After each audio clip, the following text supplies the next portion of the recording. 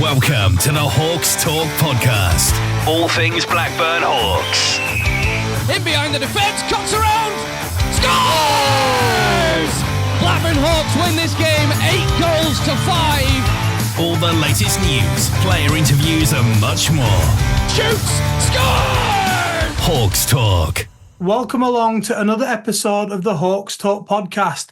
It is episode 18 to be exact, and you're here with me, Graham Hamilton, your host, as we talk about all things Blackburn Hawks. I hope you're all having a great summer, the football and weather aside, and I know you'll be missing the ice hockey as well, but don't worry, the Hawks will be back on the ice very soon. Thank you for tuning into the podcast, and make sure you subscribe on whichever platform you're listening to us on.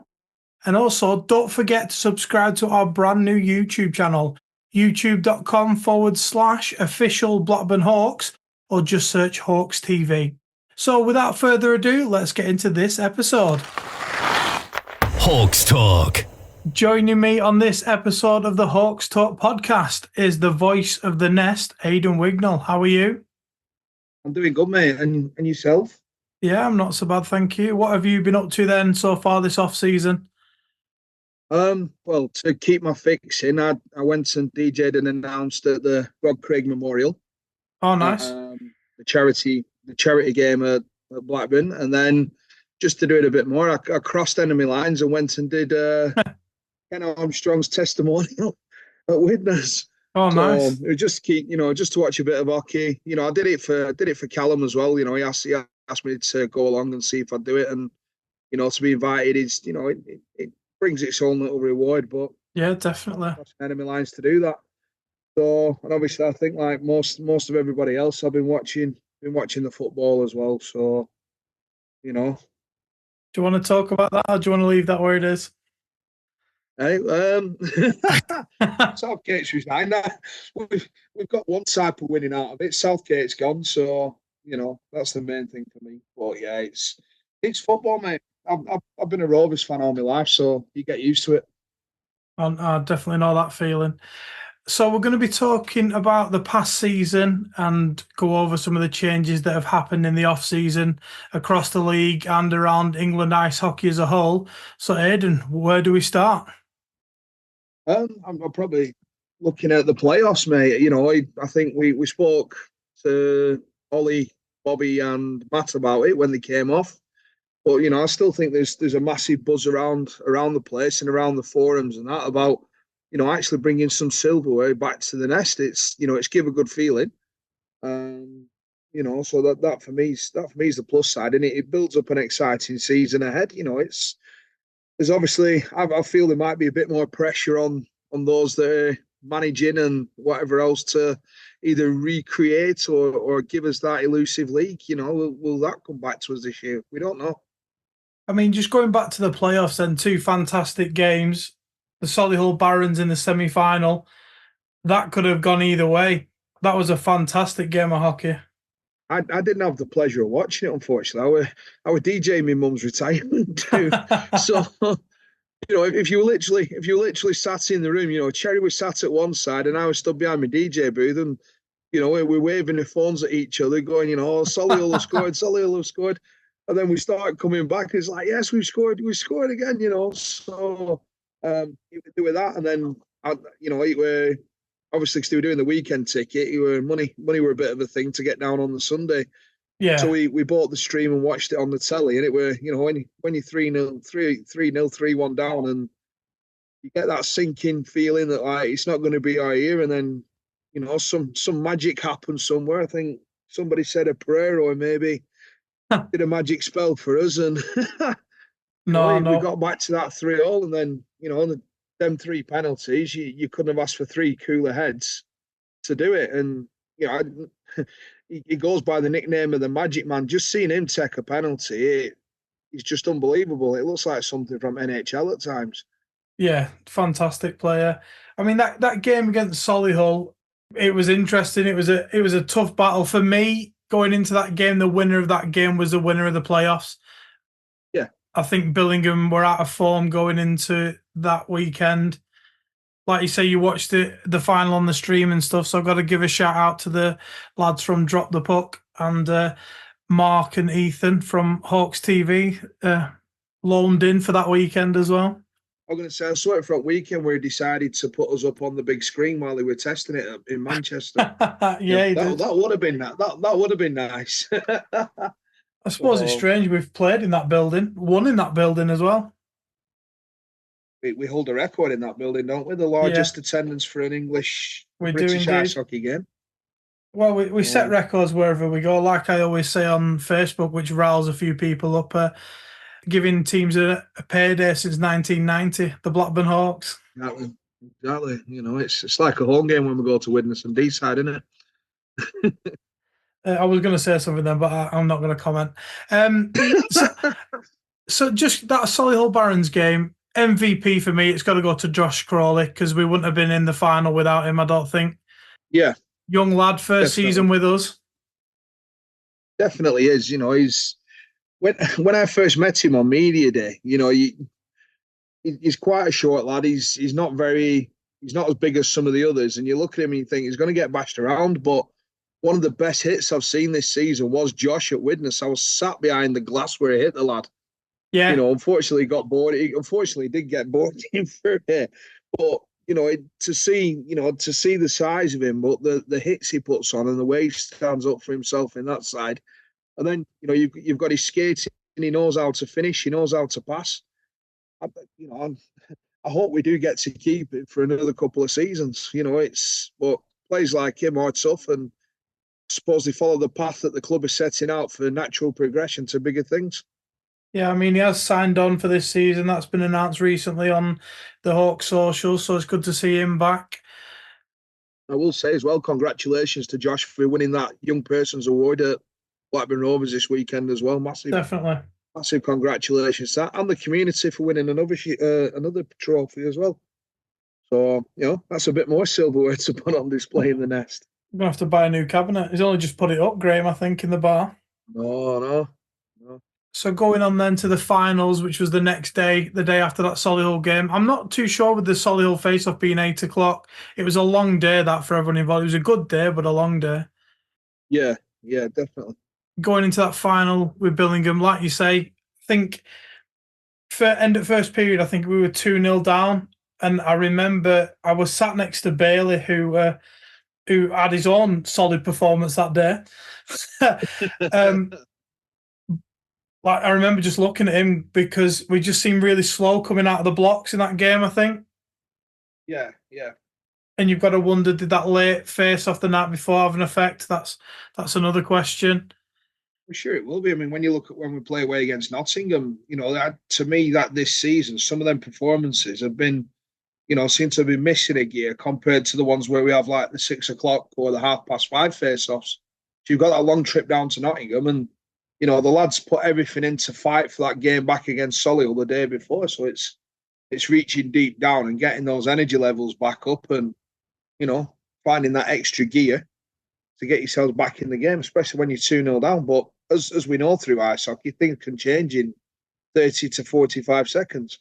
Yeah, I mean, there's that old cliche that it only takes a second to score a goal in football, but in hockey it takes less than a second. Yeah, well and truly.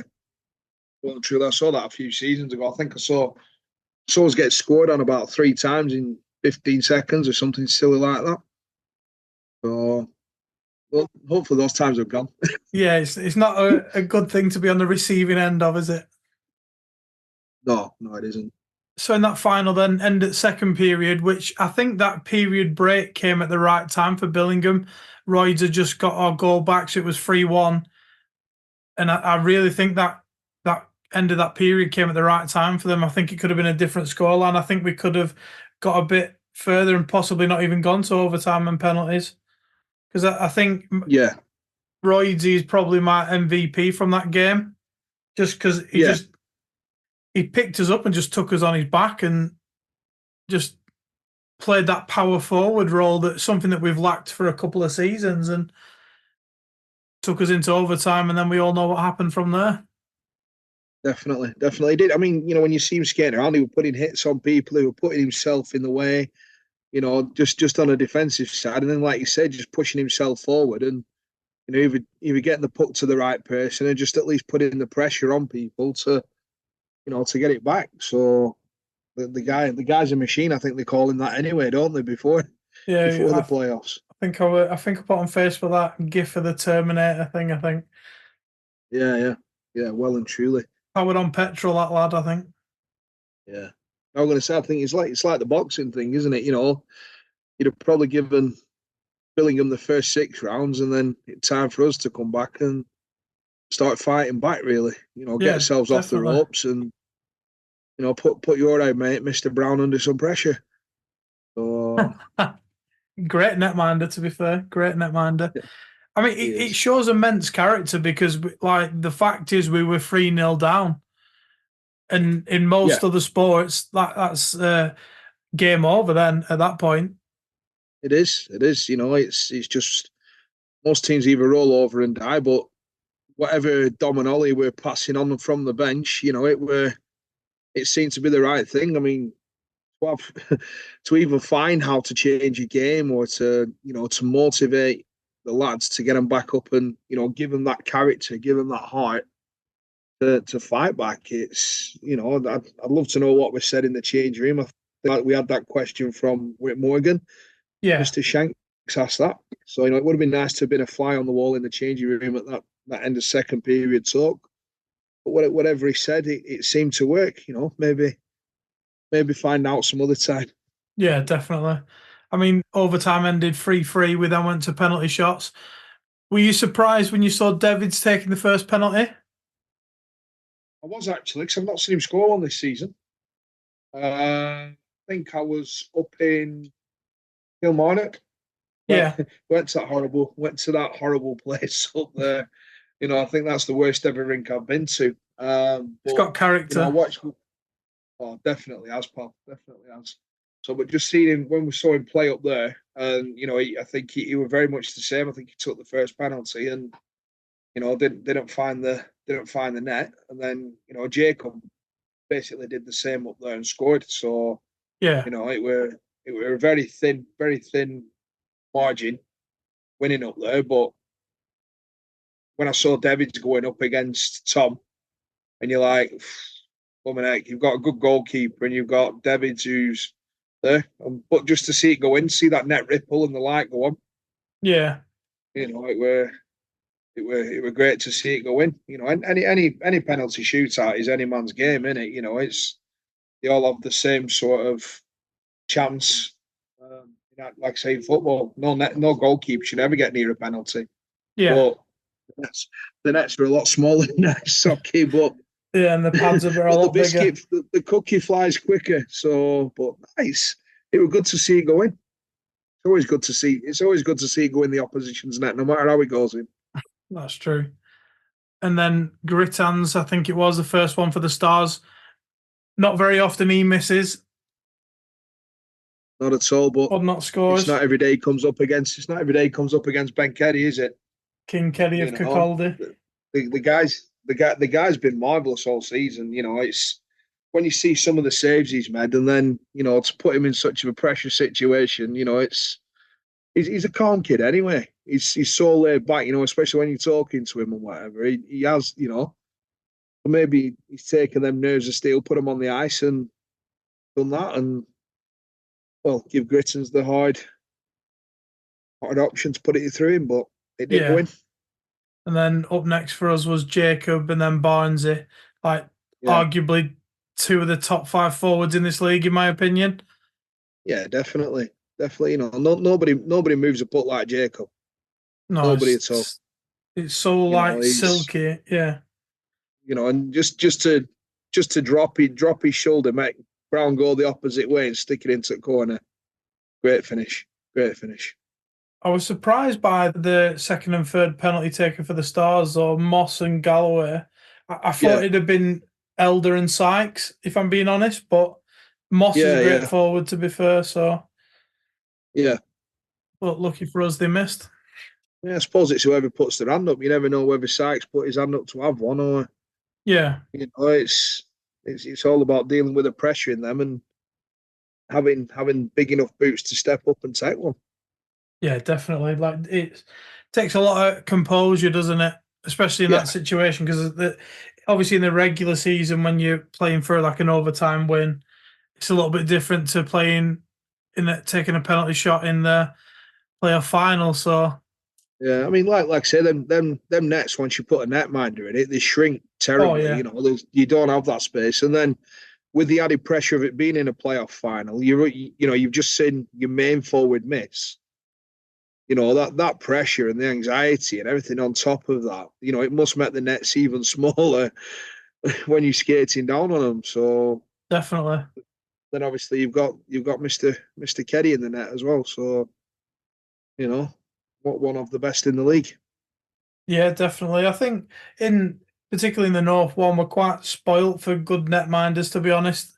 Like you've mentioned, Tom Brown, for me, arguably the best netminder in the league, bias aside. Um, then obviously you've got Ben as well, and Solihull's netminder's no slacker either. So Oh no, Laverick, Mister yeah, Laverick is his name. Yeah. yeah, Then I mean, I watched Ballwater as well for Whitley against us when we were up there. You know, he stood on his head. yeah. He had one of the best games I've seen, and I think there's the young lad that the Dragons have just signed back on as well. Is it Crowell? Croyle, Matt Croyle, I think it is. His name escapes me for the minute, but himself, he had another good game. You know, when they played at the arena. Yeah, So I think we are spoilt in our league for good netminders. You've got Sheldon at Nottingham as well. yeah, definitely, So, definitely. What a journey that playoff weekend was, though. Glad to be on the winning side of it. 100%. Made that drive home from Sheffield a bit nicer. Oh, my dog went in hiding. I was jumping around the living room so much, cheering. So, we were all hugging each other, and there might have been a tear or two, but it's so good to see your team win silverware. Yeah, definitely. Like there's a question which is bigger, the league or the playoffs. I suppose that depends on the person, I guess. Yeah, Speaking of Billingham, though, obviously we beat them in the playoff final, but we also beat them in another final this season as well. the Morley Cup. The Morley Cup. What a night that was. Fantastic weekend. What a weekend. What a Yeah, weekend. definitely. Again, I was working on the Saturday, weren't I? Oh yeah, you were. I need to stop this work stuff. So, I think we'd scored 6 goals in that first period, and I just didn't want to go. I wanted to stay where I was. Yeah. I literally wanted to stay in my seat, but as I got to where I was going to be, Cherry were banging me phone with every goal going in, so I was jumping around and celebrating on the stage. The crowd didn't realise why. And then, even still, you had such a good cushion of goals, on your aggregate score. The forum's no safe place to go. As Hull found that out. They held them at Hull, and then they went up there and took an absolute hammering. Yeah. But after Billingham came out as Billingham come out up there, they came out firing on all cylinders. And again, there were bodies in the way, there were sticks being hit, and gloves flying everywhere. We did well to keep them at 0-0, and then I think it was towards the end of the first we went up and got that goal that sort of calmed a bit of the fans' nerves, I think, and yeah, definitely eased it through. And I think for me, their player of the day was Sykes, but for us, I don't think I can name one of our players. Everyone put a shift in. No, yeah, everyone. If anything, I give it Ben. Ben's, even though we're still fighting, to get that win, Ben Keddy was still playing out his skin in net. Yeah, superb. Yeah. I mean, that first game, 13-4, it finished at home. I talked about this on another podcast, and I've been watching hockey at Blackburn for a long time. I have never seen a reaction to a goal like I did for that first Josh Crawley goal. Yeah. Unbelievable. Yeah. Like, when people say you can feel the atmosphere, like you genuinely could. Yeah, definitely. I mean, I took the different way, and I took the fans route in when we were there. And everyone you spoke to, there was excitement, there were nerves. They were just like, how are we going to get on? And that, everyone's like, it's a one-off game, it's a cup, and then, when you see Josh, when you saw Josh skating and sticking in that top bin, it were. I think did he make the bottle move as well? Am I just making that up? I can't remember, but he definitely beat him up high. Which, to be fair, netminders hate that. He must have absolutely hated that, and I think that goal was a catalyst that brought that performance on, because the heads just went completely. Yeah, and I think the occasion and the whole, massive shout out to the fans for that one as well. It's the loudest I've seen the arena. Yeah, it's literally the loudest, and there were horns blowing, there were whistles blowing, there were shouts, there were screams. It was just literally the loudest I'd seen it. Yeah, definitely. So, they say we're seventh. The fans were the seventh man that night. uh-huh.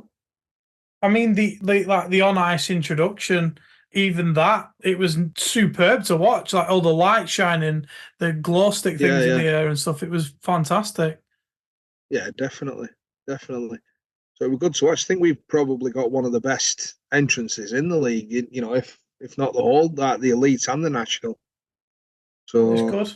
It's a good one. I've not been to many other places apart from where we've been playing away, but yeah, I think we've got one of the best entrances there. Especially with the smoke and the sparks now that we seem to have. So yeah, it's great to come out to. And again, it must be intimidating to other teams. Oh yeah, 100%, 100%. The crowd gets on. The structure of the building helps. It gets very loud in there, and it must be horrible to come and play against when you're the visiting team. Yeah. I mean, you mentioned it there about Billingham's like home for him, I guess, and it's a difficult place to play. We went there with a 9-goal lead, I think it was, which in hockey, like we mentioned earlier, it can change on a knife edge, and 9 goals is only 3 goals a period. So as much as it's a hefty advantage to take to that game, it wasn't impossible for them to bring it back, but luckily for us, they didn't. I think it finished 8-2, I think, that game, 8-2. Yeah, I think it was. We even cheered their second goal from, didn't we? I think so, yeah. From where we were stood in the corner, yeah. We were cheering their second goal, so it brought the face. It's been one of the best weekends I've had as a hockey fan, anyway. So definitely. I mean, on aggregate, what was it? 21-6 on aggregate? Yeah, it would be. I think so. Yeah. I mean, credit to Billingham fans. They stayed till the end. Yeah, definitely. And when you were speaking to them, they congratulated you, and whatever else the sports was. I think even on a couple of the forums, we got a little bit of credit. We're not used to it, but we got a bit. So it was funny. Like I say, I did Ken Armstrong's testimonial down in Widnes, and Cherry and Imogen were sat in the stands. And some of the Widnes fans were actually going up and speaking to Cherylin and saying, like, the congratulations on winning the playoffs and whatever else. So they were sat in the middle of them with a Hawk shirt I'm representing, and people were going up to them and saying, "Congratulations, you deserve the cup." So that's a nice bit of a surprise for us too. Definitely. It's good as well with Billingham because there's been that rivalry there for a long time with the Stars. I suppose it's similar sized clubs in terms of fan base. I'd argue that the Hawks have slightly more now, but similar in terms of competitive level as well. Maybe not of recent years, but I think that's definitely turning on its head. And like I mentioned earlier, it's not the first trophy we've won in the Forum. We won the playoffs. I think it was back 2012, 2013. I was at that game. I'm pretty sure that's year. If I'm not, someone will at me in the comments, I'm sure. But I'm pretty sure that was it. I think that was the first major silverware we won as a club. So, put your comments in for Graham. Let him know if he's right. I think I remember Ollie and Bobby telling the story about winning up there when they were even on the coach or I think Weatherspoons were involved somewhere along the line too. I'm sure it was. Other establishments are available. So along with those 2 major trophies as well, we won a local title, the M56 Cup. Ironic that we're not on that stretch of motorway, but that is what it is. You got to call it something, haven't you? Well, we're on 65. It's 56 backwards. That'll do me, won't it? So, So it's been a roller coaster of a season, has it? A real journey of a season. It has. It has. It was good to win that. Fortunately, one of the results was given to us in the way that wasn't a very nice way, shall we say? But to still come away with silverware is always nice, no matter how you get it. Yeah, definitely. Let's just talk about then the league results. Then we'll compare sort of the season just gone to the season before. So the 23-24 season to the 22-23 season. That 22-23 season, we finished 7th. Yeah. This season just gone, we finished 3rd. It's a massive difference, isn't it? Yeah, and I think if you look at the results as well as to when we finished 7th to finishing 3rd, you can see there's a big swing in there as well. When we're playing, I don't know how many times we can mention it in the podcast, but when you were saying about the results against teams like Solihull, against Billingham, we were shipping double figures. They were literally we let in double figures, and then this season, we were lucky if anyone scored more than 4 against us. So it shows a massive turnaround in defence. It shows a massive turnaround in playing staff as well as coaching staff. So it just shows the club's on the right way. We're going in the right direction. And I think when you look at Christmas last year, I think we had a few injuries going on. If that hadn't have happened, I think things may have been a bit different as well. I mean, if you look at the end of the season, though, Billingham won and they had a fantastic sort of run of results, but they only beat Solihull by 2 points. Yeah. To end the season. How many were we behind? Were it 4? 4 points, yeah. By 4 points. So, it's when you look at 4 points between top and 3rd, that's 2 games. Yeah, definitely. It's 2 games, and one of them could be attributed to the loss we had against Widnes. Was it 5-2 to Widnes on home ice? So that in itself just shows that different results on different days would have changed things around. Yeah, I think we've never been. I think we only had one that we really shipped a lot of goals, and that was Solihull. I think was it 9-2 or something, a freak game. But every other game, the losses that we have had, there's, like I say, apart from that freak score against, I think it was Solihull, everything's been close. I mean, we lost, was it 2-1 up in Whitley? Where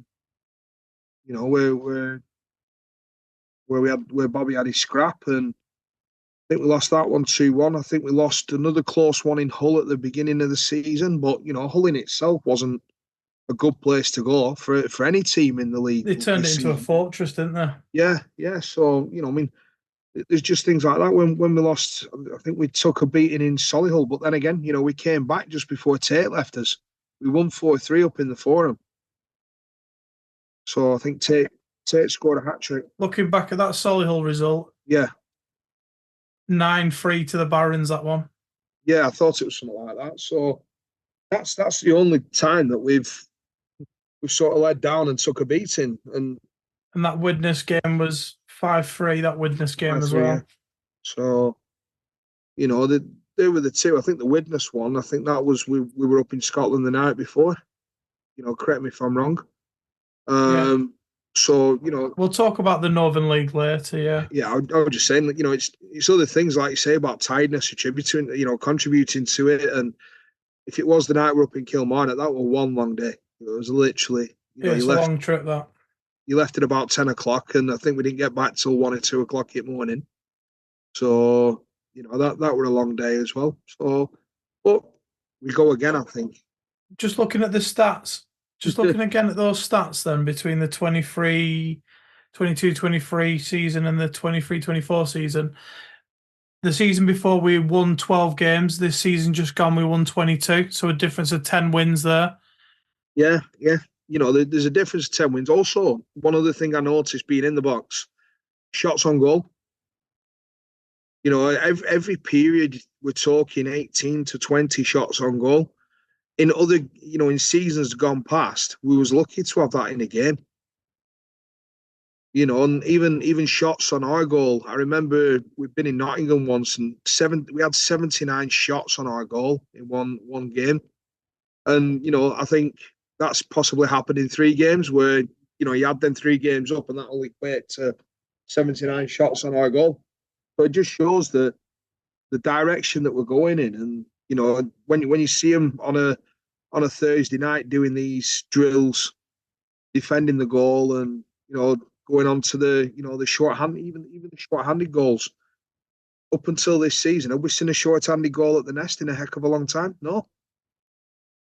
And then I think we've had about 3 or 4 short-handed this season. So when you're looking all around it, and also like your penalty kill, your penalty kill, it's looking a lot better for us, and they're playing a lot more attractive hockey as well. Yeah, there's that old cliche about getting pucks on net, which seems to be the go-to line for every NHL player when they're being interviewed. I mean, if you look at the goals for this season, 162, the season before 111 in the regular season. So there's a major difference there. And obviously goals against this season, 100 in the regular season and 146 the season before. So is that 100 dead? Yeah, according to NIHL stats. Thanks to Joe for those statistics. Big thanks to him, man. I'm probably on behalf of all the fans in the whole of the league, really, because he keeps us up to date with everything. Yeah, definitely. So yeah, it's great to see him, and great to see he's like laid it out for us to see how many goals that we have conceded and scored for the season. Yeah, definitely. More so scored than conceded, I think. Yeah, definitely. I think it's nice to have visibility, isn't it? As a fan, everyone likes stats, don't they? Yeah, definitely. I think that's one of the things I do notice. It brings the Americanism in of stats and shots on goal and things like that. It is. When you look at that, you never had in the early days about assists and the percentages. Now in a lot of other sports, that's how it seems to be. It seems to be they're bringing it in football now as well. So it's good to see. But for us, I think the facts, aren't they? I guess they don't lie. No, they don't lie at all. So you can even see how long your favourite player is getting on the ice now as well. So and how it goes. I mean, when you watch the NHL ones, especially on telly, they have clocks above their heads. When you're watching it, I know. they have clocks above their heads as to how long each person's been on the ice. I mean, no, we don't have that luxury down at Blackburn Arena, but maybe someday we might be in the elite leagues. We might be up there. Oh, there you go, Gratz. Gratz for something for you to think about. We want to be in the elite league in 3 years. Straight under the bus. Yeah. We need a stats room where they've got televisions and they can watch it all. But for the season, mate, I think they exceeded everybody's expectations. Coming from the previous season, we're like, oh, we're playing Solihull today, we're playing Billingham today, and you were just going along to go through the motions. Whereas coming up to after Christmas, everybody had that belief that we could beat Billingham, we could beat Solihull, and I think they're the 2 top teams up there. We've always got that competition with Whitley Bay as well. It's that seems a bit of a feisty affair as well, especially for the fans going up to the Wigwam up there. But it's good to do it. It's a good place. The arena's a good place to be about at the minute. Yeah, definitely. I mean, 4 places higher in the league, 2 major trophies, 1 local title. What a season. Yeah, exactly. And there's always going to be that big point of Solway making that jump up, and it really did open the league up. It would have been interesting to see how teams like us, Billingham and Solihull, would have competed against Solway this season if they had have stayed down. Yeah. I think they've sort of ruled the roost for the last few years in NIHL one, and to give them credit, they came up through number 2 as well. Yeah, so they had to have that. They had to have that in Division 2 and then come up into the first division, and them themselves. I think for the beginning of the season for them starting in the national, they had a bit of a bumpy start, didn't they? But then, they went a while without a win. Once they found their feet, which in the National League is a hard thing to do. They've gone up to mid-table, so it's brought a bit more entertainment to our league because we're not waving at Solid. We're not waving at Solway at Christmas time, which No, is no. what it was. You stood there waving, and like we said, there's 4 points between us and Billingham. When Solway were there, I think there were 4 points by end of September. So it's might even have been the end of the opening weekend. So it's that was sort of the way they played. I mean, when you see the facility they have up there as well in Dumfries, it's a nice place to go. It's It's great. It's well priced on the drinks. They're not overpriced like some of the places we go to. And the place itself is comfy, and not many places you experience in an icery, and it's pretty warm. No. Up in the stands up there, and then you see the type of hockey they play. I think they've probably got one of the smallest neutral zones that I've seen. Like 2 strides and you're across, yeah. Yeah. So, but there are advantages and disadvantages. I mean, when people come to our place, they see that massive pad and all that room that they have. And then you go to other places like Solihull, where they're a lot smaller. So when you take into account the type of pad you play on, it gives advantages and disadvantages along the way. Yeah. So would you say Solway making that step up, which I think was the right thing to do? I think they'd proved that they'd achieved everything they can at this level, and it was the right move for them. So do you think it's been the right step for them and for the league?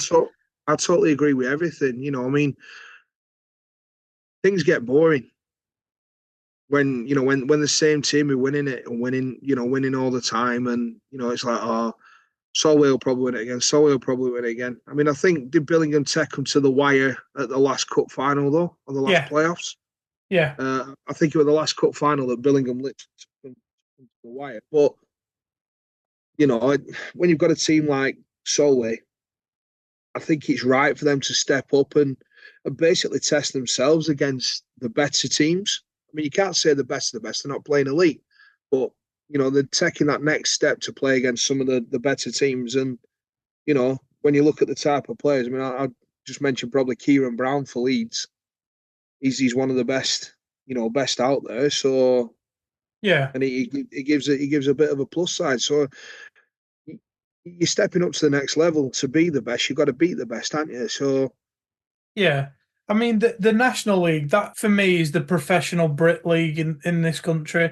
The Elite League, with the amount of imports that they have and things like that. At the end of the day, that is the highest level in this country, and it's the professional league. It's not their job really to develop players. It should be, but at the end of the day, they're a business and they've got to sell tickets. So, and the National League for me is that Premier Brit League. That's where a lot of them seem to be now, and because they're not getting the ice time at that higher level. So, I mean, I think we touched on it a few podcasts ago where we said about, I think we spoke about the M56 Cup and a few other teams joining and levels. Then, if you are looking at somebody like Manchester Storm developing a team, or Belfast, bringing in a development team such as 16 to 21 or 16 to 23, and maybe putting them through Division 2 or putting them through Division 1. If that's how they looked at developing and testing, or as we've had with, obviously with Alex Oldale being the main one, going 2 ways. So maybe send them on loan and use some of our clubs in our levels just to give them a bit of experience and a bit of game time to feel what it's like. I mean, looking at the three young lads that have come into our team this time, they're stepping up into NIHL 1. They're all 3 of them GB lads, but have they got that game experience to play at our level? So, just talking about some of the competitions this season, we won't be competing in the M56 Cup, which was nice to win, but in my opinion, I don't think that's a big loss. I think that was just something after COVID to give us, Widnes and D-side, some extra gates just to get some extra money into the clubs. and also the Northern League as well. And I've got a couple of questions I want to put to you about the Northern League while we're talking about Well, Scotland. It's a nice segue, I guess. right. What were your thoughts on that overall? I enjoyed it. It was nice. It was nice. It was good to see different teams coming and playing against us, especially the Capitals were good to watch. And just seeing the level and the different styles of hockey that they play. Ourselves testing ourselves against teams like that as well, and seeing different teams come into the arena because, again, like we say, over the last few seasons, you see the same 8 teams come in there, and that Northern League has just given the fans a different view and to watch something different for us to play against and possibly to test ourselves. Yeah. I mean, I really enjoyed it. It was nice to see the standard of the SNL because obviously there's Yeah. not a lot of visibility about that league down here. Same with the South, and I suppose the South of the North as well. I mean, as well, who doesn't love a trip Yeah. up to God's country, Scotland? Especially we're not going to Solway anymore. And it's more games for the fans as well for your season ticket. And like you say, we have 9 teams that we play against last season, 10 this season. It was nice to see some teams that you've not got to see. And the standard up there, it's good. It's very good. I don't think it's too far off where we are, to be honest. I think the development's better in Scotland. Yeah. Obviously, I don't know much about the development up there, but it's such a small place. They've got three elite teams up there. So is it Dundee? They've got Dundee, Glasgow, and Fife. So when you look at that, there's a lot of Scottish players around the leagues, especially down in ours, and it shows that when you've got other people, Brody Kay, good lad, he came down on that. We've got Ben from Kirkcaldy as well. So, and he's moved down here for this season to be nearer Blackburn, so he's not making them trips. So to see some of the Scottish contingent coming down, then it is good. Yeah. Another question then, do you think it affected our season and possibly winning the league? I think I touched on it earlier on with the Widnes game. I think we were up in Kilmarnock the night before. And then, it is a long trip and a long journey back. You're physically tired from the game. You're probably mentally tired when you get back. And, it's not a case of the lads living in Blackburn. It's, when you look at people like Davids, they have to drive over to Hull. Dom himself lives in Hull. So it's not just as simple as getting back to the arena. So the tiredness can kick in. Then you've got the drive back to the arena the day after. Yeah. So, I think it can affect it. There's a lot of contributing factors. I'm really unsure and I can't make my mind up because it's always good to be like game ready and be competitive at that level and consistent. But it's also a sport where you pick up lots of injuries and tiredness is a factor, bust legs. Yeah. So while it was nice to see those new teams and the standard of hockey and the differences, did it affect our season? I really can't decide whether it did or it didn't. I mean, hindsight's a funny thing, I guess. If we hadn't competed it, could we have won the league? It's impossible to say, I guess. Like you say, from a fan's point of view, it's exciting and it's good. But then, from a player's point of view, you have got mental, physical tiredness, the risk of extra knocks, and it's where do your priorities lie as well. Is it like, do you give everything in the Northern Cup? You're thinking, well, guys, we've got one hand on the league here. What do we do? What do we do? Do we just go up do we go up and play the game, go through the motions, and sacrifice that to win the league, or is where do your priorities lie? I mean, I know, competitive sides want you to win everything. You won't be in the sport if you didn't want to win everything. But yeah, that's true. What does your body, what does your body allow you? I mean, like Az ain't getting any younger, is he? He signed on for another season, so he's then somebody like Aaron, who's a bit older, probably recovery times are a bit longer. Although he just seems to go. He's like the Duracell bunny. That guy. He's puts 110% in every game. So, What are your thoughts on not competing in it this season then? Obviously, we neither of us have had chance to speak to the powers that be to see why we're not doing. But if it's for the reason that we think, then it's a good choice. You know, I think there's a lot of contributing factors as to why we're not going in for them. But I think it's a good thing, and for me, my thinking is we're going to concentrate on the league and go for that one trophy that's sort of eluded us. I understand why logistically and financially, and ultimately it's a club decision, but over the years we've had some great games up in Scotland, and to be honest, I think this time more than ever, it's put some players in the shop window as well. I mean, Innes Gallagher, for example, I mean, he's now with the Leeds Knights. Is it? It's been a good advert for players for both sides, I guess.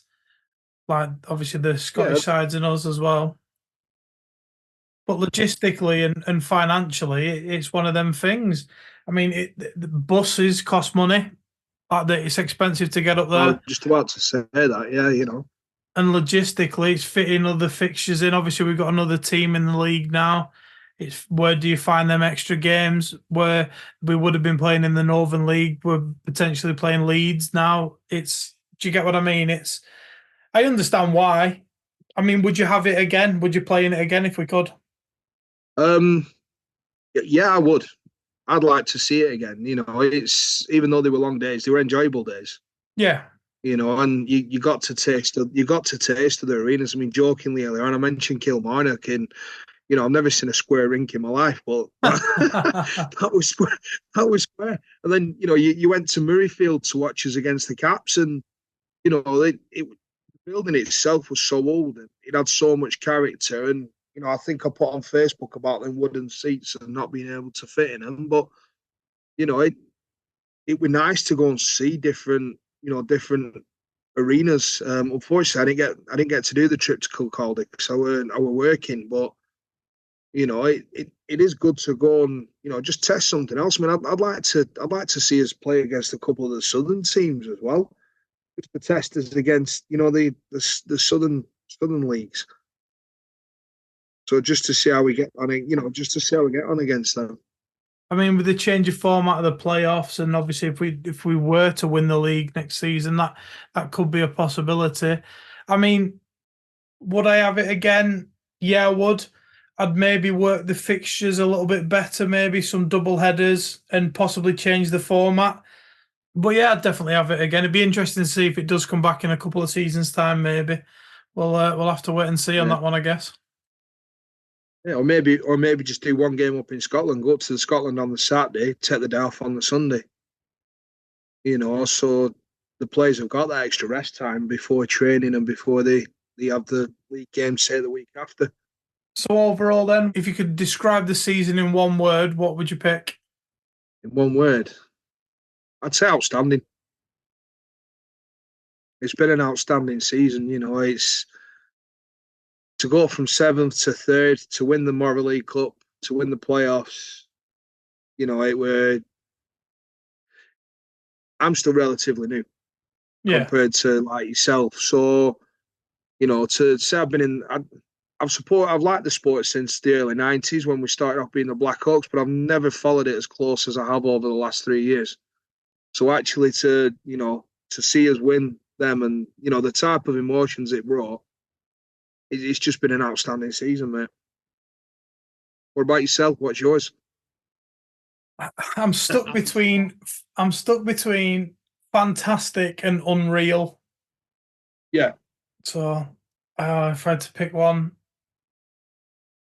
fantastic. I'm going with that one. Sounds good.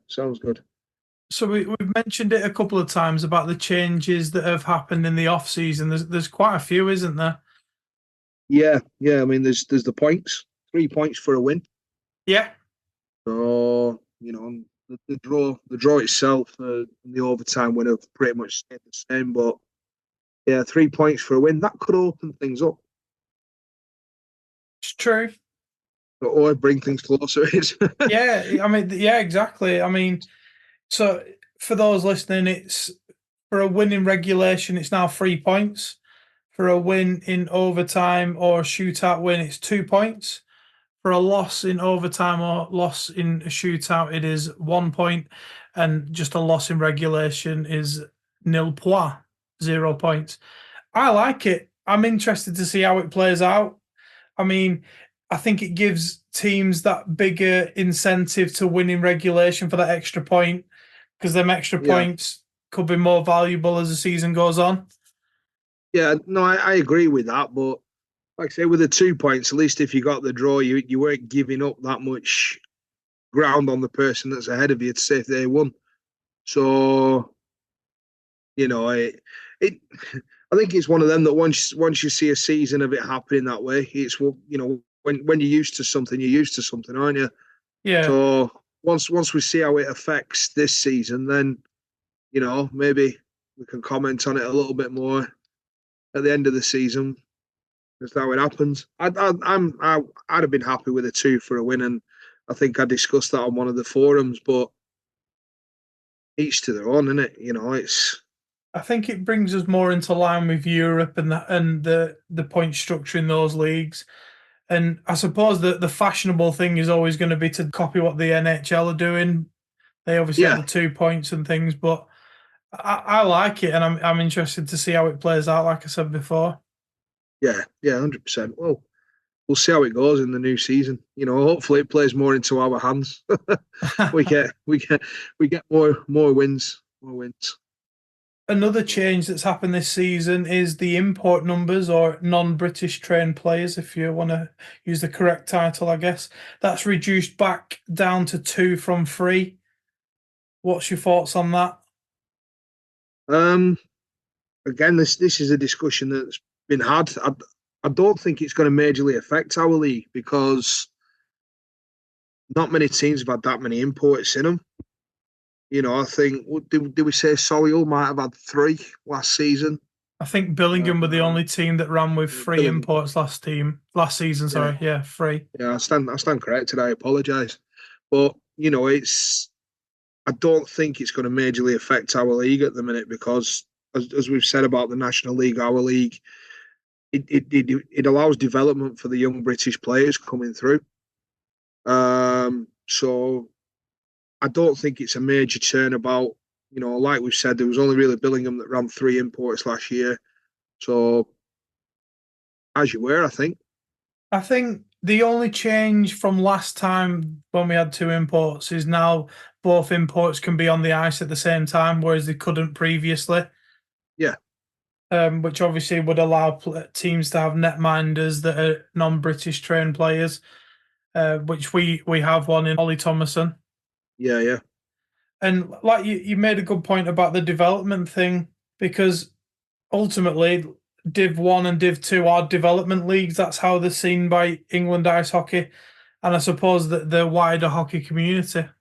So it's probably the right thing to do. It'd be interesting to see if they adopted something with Div 2 where it became a sort of under 25s or under 18s league. I've mentioned it before. That's something I think they should look at bringing in. And then instead of having imports, maybe have where you could have a player that was over a certain age or an import. Do you get what I mean?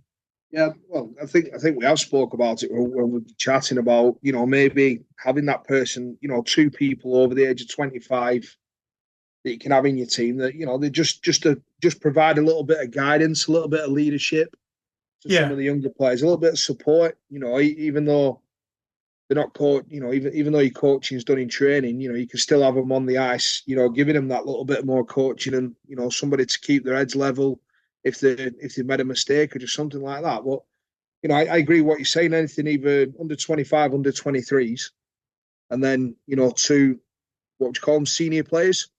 Having 2 senior players on to, to give that guidance, and it may even allow player coach roles to develop as well, especially in Division 2 or Division 3. Potentially.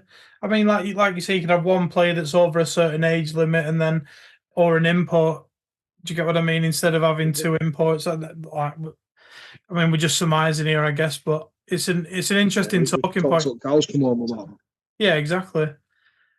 Another thing that's changed as well this off-season is the format of the playoffs and the Moral League Cup as well. We'll talk about the playoffs first. So top 8 teams qualify, obviously in a 10-team league, so 2 teams are going to miss out.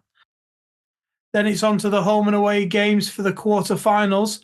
And then, interestingly, a change to the semi-finals this season, also being a home and away fixture. That'll be good for clubs as well, I imagine, to get some extra revenue from the gates on that one. And then obviously the winners from the semis will go on to the now national finals weekend. It is.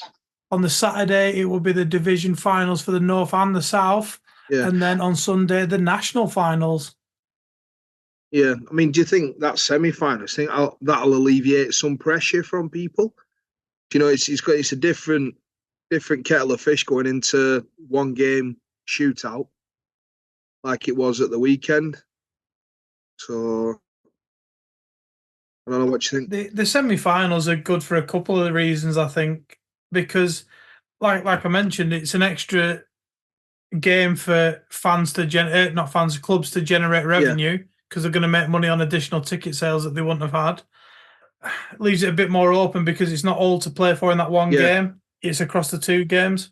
You got your merchandise sales as well. Did you say one of the teams they were equating to about an extra £20,000 in merchandise? The playoffs. I think it was. I think Leeds. I think one of the National League teams. It's something about generating revenue and stuff like that, and one of them was about merch sales that they could potentially lose or something. So I think I could be wrong. I think that's something that we've sorted out this season as well. They're looking at providing more merch for the fans. So I've seen. Oh, the Hawks, yeah. So it's some exciting stuff coming. I think a lot of exciting stuff coming for the new season. So, I mean, just going back to the playoffs, obviously, like once you get to the divisional finals on the Saturday and the national finals on the Sunday, that's a good format and something that we've been looking at with including the South teams as well. What's your opinion on that? I agree with it because, you know, like I just said earlier, we don't get to see many of the northern teams playing the southern teams, whether the friendlies or whether, you know, the off the cuff cups like the M56 Cup, like the Northern League was. You know, you're not seeing any of them. And is it Streatham that are leading the way down? Yeah, the Red Hawks. You know, you got Streatham down there that are leading the way. So it'd be nice. It'd be good again to sort of test yourselves in that sort of league. You know, best of the best, really. Best of the best. So, you know, it's like I said last year, it'd been nice for us to have played the playoff finalists last year, rather than just Billingham taking on Streatham in the league winners. Yeah, I like the idea of a national finals. I think it'd be good. It'd be good as an event to mix with some fans from different teams and also to get a good look at the South teams, like you've said. I mean, down there, Streatham won the league and the Chelmsford Chieftains won the playoffs. But it was like this year, it was good to see some of the Div 2 teams in action as well. And I think, I think it's going to be a good spectacle. I hope so. So I'm definitely booking time off in my diary next season. I'll tell you that much. We'll be. I'm starting to save now. I'm going to sell my soul and, you know, get them tickets. Hopefully use Cherry's discount in a travel lodge as well. Other hotels are available. Oh, sorry, Premier Inn. Central location as well. It'd be interesting to see where that is. Sheffield. I think Sheffield would probably be that. You've got so much around there, haven't you? I thought the weekend at Sheffield as a whole this year was fantastic. I liked the format. I didn't really like the 8 o'clock face-off for the semis, particularly for us. Yeah. Maybe that's a bit selfish. But if you're going to have 4 games of hockey in a day, there's only so many hours in a day you can play a game, isn't there? So, especially at 3 hours, at 3 hours a time. You know, that's what you've really got to allow, isn't it? So, yeah, it was a long day. But I suppose if you're a fan of the sport, it was good value for money as well in terms of the ticket prices. I think they were quite reasonable for the amount of games of hockey that you were able to watch. Yeah, 100%. I'll definitely be there next year. So that's the playoffs. Then I'm very confident we'll be there next year, and I'm confident we can win it as well. So just moving on then to the Moral League Cup, slightly different format to last year. It's been split into two groups of 5, and the first league game, home and away, counts as your results for the cup. Have you seen the groups the teams have been split into? I did, yeah. I just saw it earlier on this afternoon. Um, like I say, it's quite encouraging, really. I can't see no reason why we shouldn't really qualify for that cup. I don't know the way or the reason the teams have been split the way they have. I guess we might find out later on or nearer the season, because I suppose from a geography point, it doesn't make sense. But then if you had a north-north and a south-north split, you would have 3 teams with a decent travelling support in us, the Stars and the Warriors. We'd all be in the same groups. But to be fair, the groups are evenly matched, I think. Yeah, yeah. I mean, I'm wondering if they did every other team, looking at how it's sort of formatted. So basically, where you finish. So Billingham, one side, Solihull the other, Hawks,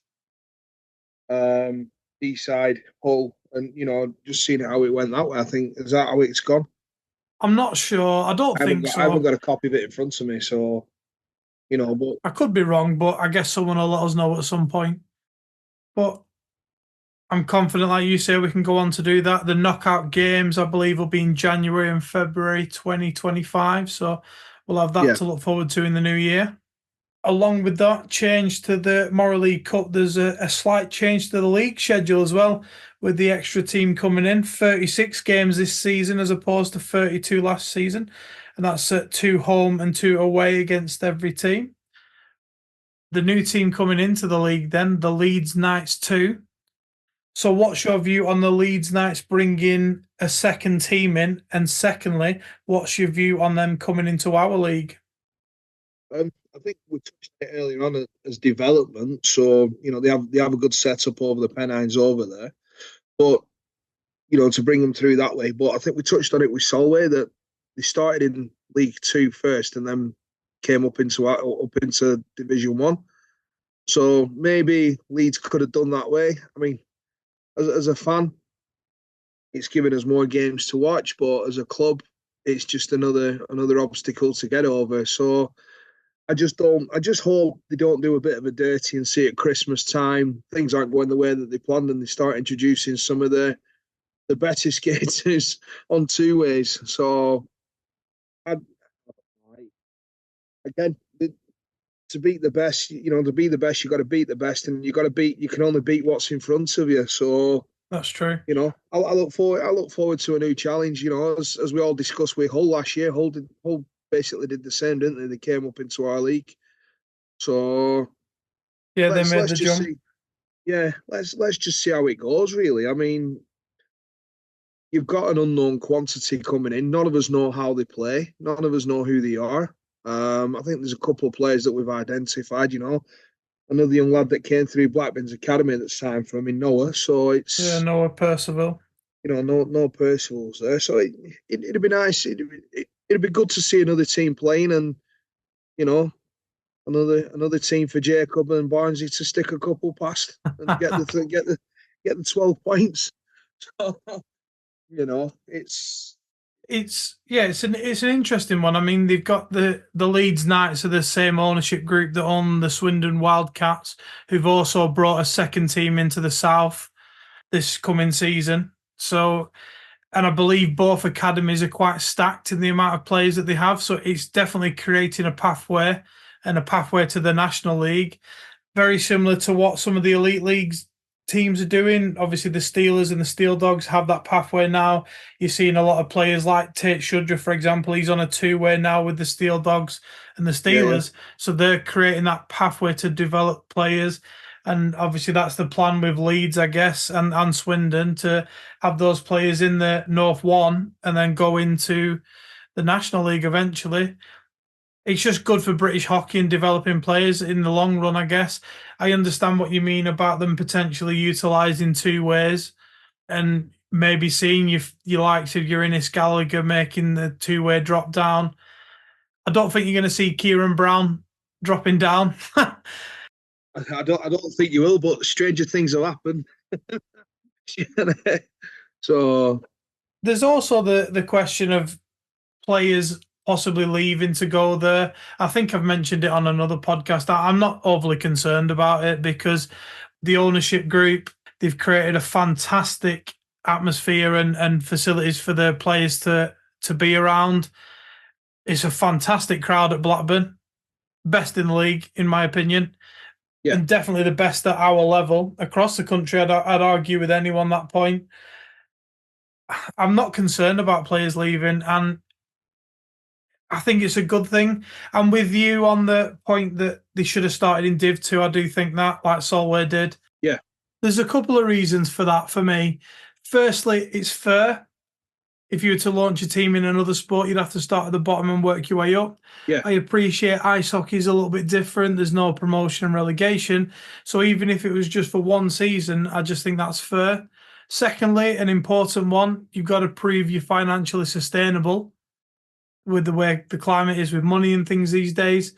And also, you've got to be able to prove you've got the roster to fulfill your fixtures, because no one wants to win a league because of unfulfilled fixtures, and fans don't want to miss out on games either. I'm confident that both of those wouldn't happen with Leeds anyway, but with the money side of things and the money needed to run an ice hockey team, you never know. But I'm excited for a 10th team in the league. It makes it a nice round even number, doesn't it? Yeah. I don't think player availability would be a problem with Leeds though. You know, if they have got the depth, which I think we know they have, Definitely. You know, they should be able to easily fill a roster with 21, 22 players, and you know they should be able to get them out on the ice. Yeah, they've got a stacked academy from what everyone seems to say. So yeah, I mean, like you're saying about Sheffield, it'd be nice to see the Shimiters maybe been brought in under Steele's wing as well, because you know over the last two seasons you've sort of seen them crumble a little bit, and you know I think when we played over there on that Sunday morning, I think they only iced with about 10 or 11 players. I mean, obviously the what happened the night before had a massive bearing on how many players were icing, but you know. When I saw the Scimitars play a few seasons back, they were knocking 9 past us, and now they're basically struggling to ice a team out there and travel with people. So, you know, for somebody like the Steelers to take on not only the Steel Dogs, but the smaller team like the Scimitars, they could sort of build that development team and get some more players in there. That, you know, so yeah, I get what you mean. See how it goes. You know, it's just nurturing a little bit, innit, and helping out them little teams. I think, like when you look at Sheffield, there's about 4 or 5 ice hockey teams that play out of there. Yeah, I think they've got a team in every sort of adult level, like not professional, but you get what I mean, Yeah. like semi-professional all the way up to professional. They've got a team in every league. Exactly. So, you know, bring them on is what I say. Bring on Leeds and let's Yeah, I agree. let's put them to the sword and see how they go. So we'll move on then to sort of movement of players and signings around the league. Very much sort of status quo for me. No big surprises. It feels like teams are keeping players and signings very cards close to your chest, so to speak. Yeah. Maybe that's a sign of how competitive it was last season and how it's going to be this season.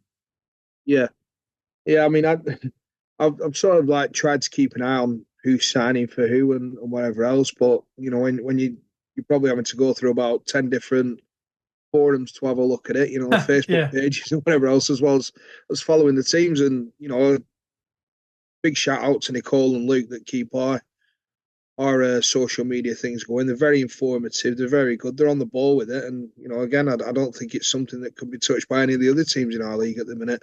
Yeah. So you're not really fine, you know, but like you say, you don't lay all your best cards on the table at the same time, do you? So are people holding them close to the chest and announcing the week before face-off, or, you know, are they still working things out in the background financial-wise? You know, trying to get them to sign. I don't know what's going on. we've got a couple that we've not announced yet. We don't know whether they've signed back on, so we're still waiting on those players. So, but again, we brought in 3 new young lads, so it's. I'm sure there's going to be some surprises and some bigger names dropping as we get closer to the start of the season. One surprise for me was that the Stars managed to keep hold of Tommy Spraggan. Great bit of business that, I think. I did think he might have moved on to a national team. I think he's good enough too. Yeah, I mean, again, you don't know what happens behind closed doors. You don't know whether Tommy's got loyalty to Billingham as well, because I guess loyalty can be a thing. No matter how much money's there, if you're still enjoying your hockey where you are, and it could be the location for him. If he's got work up in Billingham, it might not be suitable to move to a national team, say like Leeds or somebody like that, Telford. Too far away for him.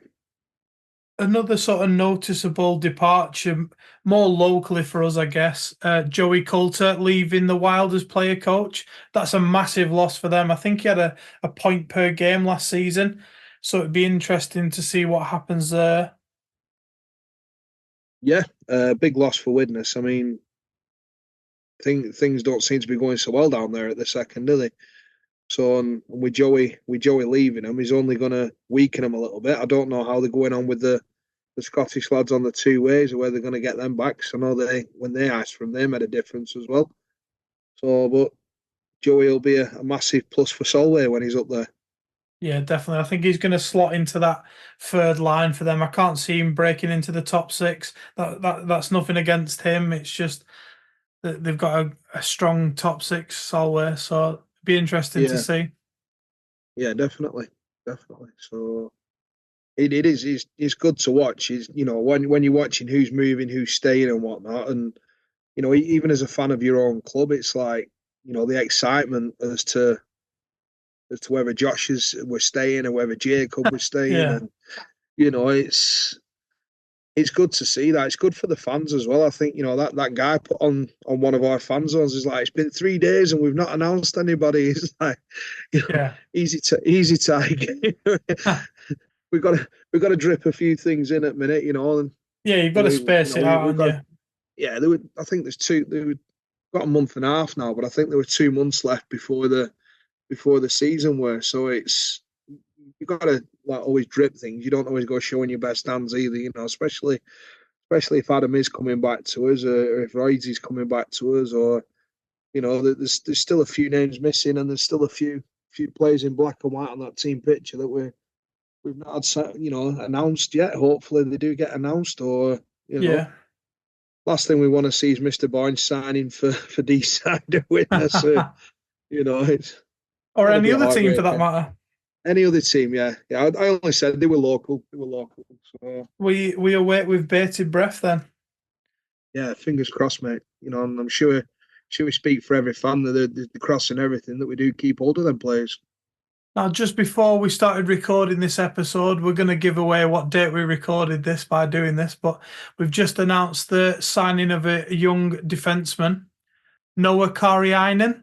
I hope I've pronounced that correctly and not butchered it, but I'm sure he'll tell you next time he sees you at Arena. Recently, he played over in Finland in the under-18s league, which the standard over there is no joke. It's a legit league. He's been away recently as well with the GB under-18s, and prior to both of those, he was playing for the Manchester Storm Academy. Exciting times. Yeah, I mean, I'm looking forward to seeing all 3 of the lads on, that we've signed, and I've not seen Noah. Had a chance to bump into him at the arena as yet, but looking at his picture, looks like a big lad for an 18-year-old. So, it'd be interesting to see how he does match up against the more physical players, shall we say, in our league as well. Yeah. So, if he's a D, I had a bit of a word with Gratz this afternoon. He said he's a good player, so we can only keep our fingers crossed. Yeah, he's got his stats and elite prospects look good, and like I said, that under-18s league in Finland is pretty good. It's a very good standard. So yeah, I mean, players coming back. We've confirmed already. We've got Ben Keddy, Oliver Thomason, both of those back between the pipes. In D, Matthew Cross, new addition Liam Hine. Seen him a couple of times in training previously. Looks really good. Really, really good. Exciting to have him here. Confident as well. The young lad on the ice, he's very confident on the puck. You've got Davids coming back this time as a D, which is his natural position. Excited to see that as well. When you've caught him in playing in D when he's been called upon it to do it, and also on the power play, he plays in that defensive role. He's a fantastic defenseman, and I think it's going to be the making of him, really. Yeah, definitely. I think we spoke about this previously. I think, when we would talk about who we're going to keep and who we're going to let go, I think, Davids was one that I was on the fence about as to whether we were going to stay with us. So, seeing his number announced that we're going to be keeping him is a plus side. Seeing him in defence is good. I mentioned it once or twice before when we won up in Whitley that night. He sort of like played defence as well as attack in the same sort of shift. So, to have that option, especially if you're chasing a game and you can leave your main defenceman back, but use Davids as a D and an attacker in the same sort of breath, then it gives us a great option to play with. Also, you've got him chirping people as well. He likes to wind up the odd, and seeing that, it just gives us that little bit more. If we can get in players' heads, it's a lot of the game's mental, especially if DJ's chatting at them and getting in their heads and affecting the game a little bit as well. So yeah, he plays that sort of Brad Marchand role where he knows how to get under other players' skin. Yeah, a bit like Mr. Harper for the Wild. He's very good at that as well. Oh, very much so. I think he's Ollie's best mate, to be honest with you. We've also got Ethan Mayo back as well. We'll definitely get him on the podcast soon. Excited to have him back. He had an all right season last season. He did. He's always steady, is Ethan. Always steady. He's a nice lad off the ice and he's a nice lad on the ice as well. He's good to watch, and he always looks like he's covering somebody at some point, doesn't he? Got to give a shout out to his dad, Paulie, as well, although he does need to pick which NHL team he supports. He's obviously a closet Pittsburgh Penguins fan. He pretends he's a Rangers fan, but we'll leave that there. We're all Rangers fans. That were another disappointment, another semi-final down the drain there as well. Yeah, we'll not talk about the NHL playoffs. Sore subject. I was waving at you from the semis, mate. Here we go. As well, Bobby Streetley. I think that was a bit of a statement signing as well at the beginning. Yeah, it's nice to have Streets back. He's a great player, absolutely great player. Strong with what he does, and Mr. Reliable at the back. Yeah, third spell with the club.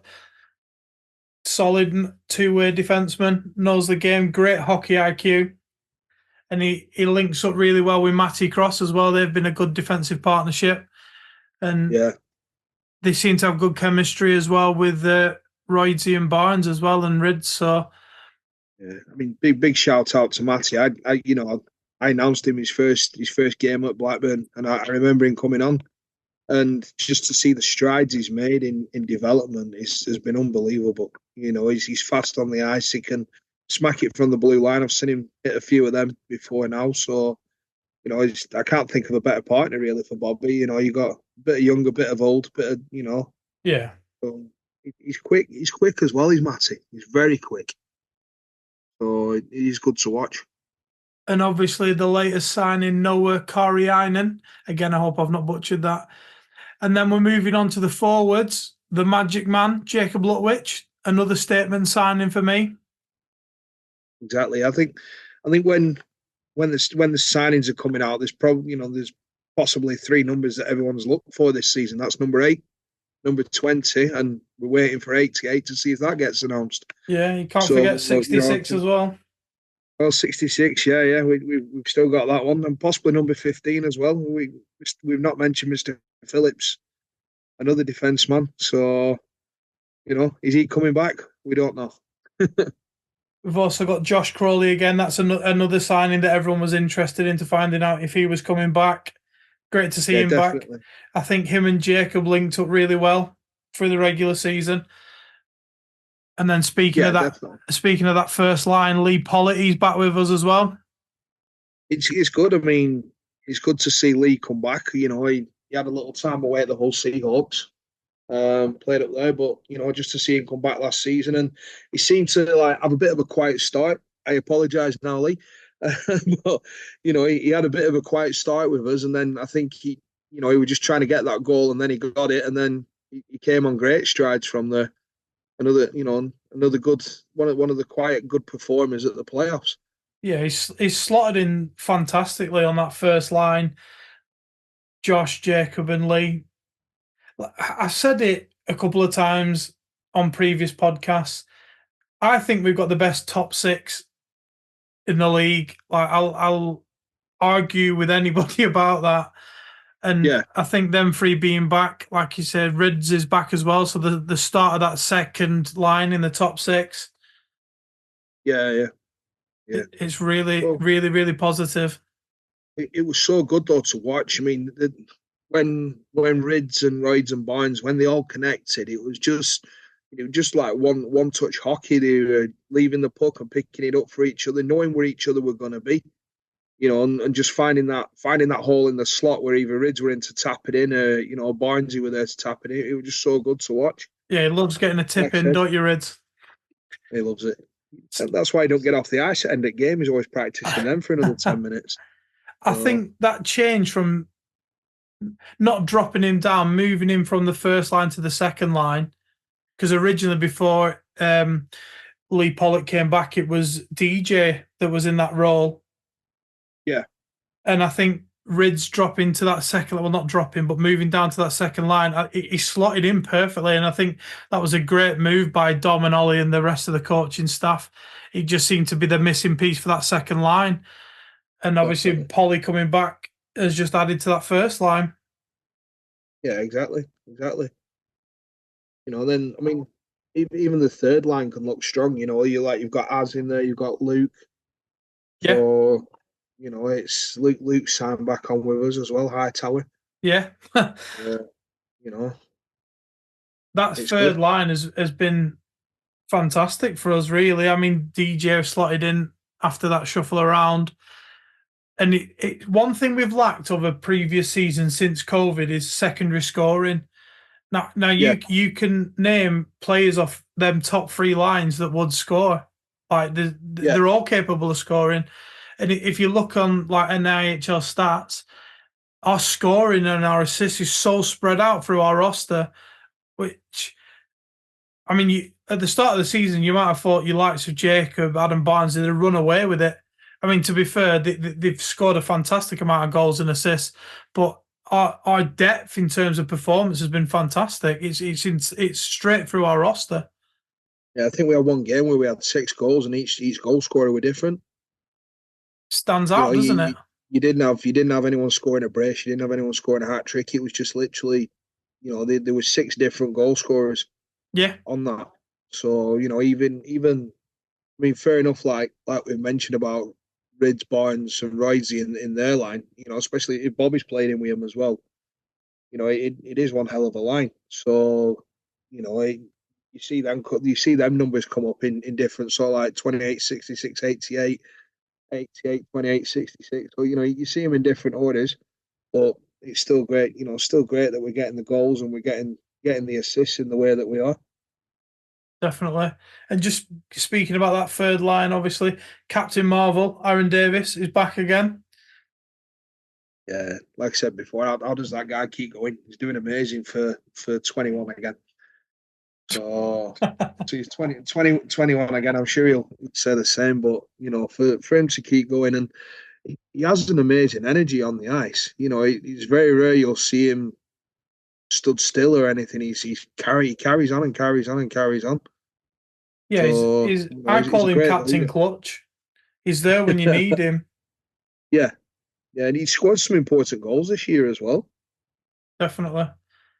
He has, either whether it's to sort it out, to start it off or just get us that edge in front. He seems to just pop up, or he still has that little bit of old school ice hockey in him as well. So yeah, he's not afraid of laying the body on. I think with how young our roster is, it's good to have that sort of elder statesman, if you will. that's got that experience at this level. He's played for a long time at this level, and I don't think there's a record in Blackburn that he's not broken now. I think he's done them all. Yeah, definitely. Apart from the penalty minutes, which Ollie holds, I think. I don't think anyone will break them. Well, Reece weren't so far off, were he? Probably not. I think Kearney weren't so far off breaking that. And the other signing as well, you mentioned him earlier, Dara Sportheth. I hope I've pronounced that correctly. He looks like he's going to be another great talent for us this season. Dom seems to, and Ollie as well, they seem to have a real good eye for these younger players, and everyone that we've brought through seems to have developed. Yeah, definitely. I mean, so like I said, when I looked at Josh the first time, you just saw that especially on the media day, you just saw that young lad just stood in there and like a bit shorter than everybody, not as big as the other people, and you're like, okay. And then once he gets on that ice, he just proves he just proves you wrong. He skates well, he passes well, and these other three lads to carry GB credential into there. So all three of them have iced for GB, so it's looking promising, mate. Yeah, this pathway is looking a fantastic thing, and it's nice to see players go on to play at a higher level. It's also not nice to see him leave as well, but I suppose for the betterment of British ice hockey, we're doing our part, aren't we? Yeah, definitely. So, like you say, it's never good to see people leave, and it was sad to see Alex go to Manchester, but he's doing great guns there, and he made in his first season he's made a lot of waves. He's made some great saves down there. He's got countless. I think he's almost got an MVP in every game he's played. So to say he started at Blackburn and moved on to that, and it just shows us, and it gives us a great stepping stone for other players to look at the same route to follow. Yeah, definitely. I mean, there's still a lot of space on our roster. Who would you like to see come back that's not already been announced? Or what other players would you like to see come into Blackburn? Is there anyone else around the league that you'd like to see sign for Blackburn? I have a couple of favourites. I mean, I've Tom Brown for me. I know we've already got our netminders in, and it'd be tough for him and Ben to share that crease. But to see Tom Brown come in, he's a great keeper. Otterson's always going to give you something, isn't he? Yeah. So, and I mean, apart from us in our team, we don't have a really big, someone that can smash it from the blue line. And Ross Kennedy for D-side, he's done so much damage to us at times. And, I don't know how he works against others, but he seems to just hold that spot back on the blue line. It gets pinged back to him. And once that puck leaves his stick, it travels like a nuclear bomb. It goes that quick. So, just to give us something else, there is that. I'm just looking attacking wise, but yeah, probably so many more out there that we can get in, from that. And like I say, I enjoy watching Tom Brown in net. Yeah. So that's the goalkeepers union coming in. No, I think there's with a lot of sports like ice hockey and football as well. Like there's always that thing about building from the back. Yeah. So obviously starting with your netminder and your defenseman, and I suppose that's where championships are won as well as scoring the goals. Yeah. You've got to be able to stop them as well. Yeah, definitely. The Otterson, that's a good point. I mean, he's a fantastic player. I mean, there's no denying that. I mean, he's capable of scoring any day of the week and twice on a Sunday. But it's when you look, going back to the pathway, is that the right decision for us to sign an import and an import of that level, at that age? Sorry, of that age. Probably not. But I think the way you're thinking, you think selfishly at times. I mean, another name, Yokoyama from Nottingham. Yeah. The guy skates well. He does. He is the pantomime villain, and I don't apologise for saying I think he winds every single person up on the ice. And he'll chirp everybody and that. But when he gets his head on the game, he does that. But we look at another thing as well. He's a good player in an average team. So if you bring him into somewhere like our team or Solihull, the Billinghams, does he then sort of drift back into, not being the main man? Yeah, I get what you mean, like a big fish in a little pond kind of thing. Not saying Nottingham is a little pond, but I get what that's the point you're getting at, isn't it? I guess. Yeah, it is. It is. Nottingham for the last 2 seasons have been in the bottom two, haven't they? So, Yeah. He's their talisman player. Yeah. He's probably the first name that the Nottingham fans look for at every game. To see that number 23 held up, and his suspension at the end of the season probably damaged him a little bit as well. Yeah. So, he is another one, and I think it. A lot of the fans, Hinton, mentioned it as well when he was on the last one. He is that guy that everyone loves to hate, but at the end of this, at the same time, ability-wise, he's a great skater. Yeah. Ross Kennedy's a good shout as well. Great forward, very capable of scoring. Tom Brown as well, my friend. So there you three that you bring in. What? Who would you want to re-sign? You can pick three. You pick three players. You're bringing 3 players to re-sign. 3 players to re-sign. But one of them's already been announced. Josh. Okay. I like the kid. He's a great all-round skater. Ben in goal. He's something else. And Barnesy. Yeah. I want to see that number 88. I want to see it announced, but we wait on our haunches and wait for that one. But I think last year he just, how many points did he get against Billingham in that game? 11. Yeah. Yeah, and I think he scored 34 goals in the whole of the season. I'd like to see him get a few more goals. There's been times he's gone one-on-one and he's found the glass behind and whatever else. But I think this season he's going to do better. He's going to score more goals. Yeah. But yeah, I'd like to see Barnesy back as well. I think if I was to pick 3 players that haven't been announced to re-sign, the obvious one is Barnesy. I don't need to explain why. You've covered a lot of that for me. I agree with everything you said. Roidsy, like I said, he's the power forward that we've needed for a couple of seasons, and he's slotted in superbly. Yeah. Oh, the third one. This is a difficult one. I want to try and go from a different approach and not players that we've already got back, ones that we haven't signed yet. I'm umming and ahhing between Callum, Ruddock, and Ben McClellan, just to add that physical element, I think. Yeah. I mean, they were both the players that brought that physical element to it. I mean, if there were gloves dropped, you could always guarantee it'd probably be Ben on the end of it. Yeah. So, and I think Callum, after what happened at Nottingham with Callum, I think he calmed down a little bit. Yeah.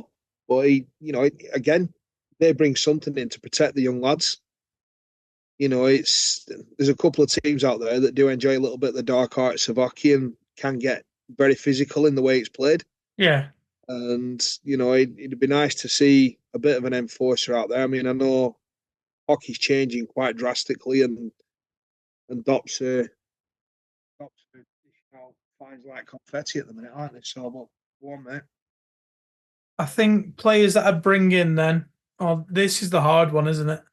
Yeah. Brody Jessens from D-side. Yeah. I think that'd be a good addition. Matty Barlow from Widnes. I'm not sure where he'd slot into our lineup, thinking about the way our lines are. I think the only option would be to stick him on the third line. But would he leave a club where he's getting first line minutes to drop down to third line minutes? I don't think so. Leave a comment, Matty. And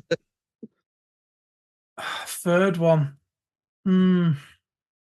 Difficult. Tommy Spraggan. Yeah, there you go. Yeah. Tommy Spraggan, I'll bring him in. No wrong with that. All good players. All good players and very effective for the teams. Definitely. I mean, we're coming to the end of the time here on this podcast, but I'm gonna ask you for a bit of a prediction.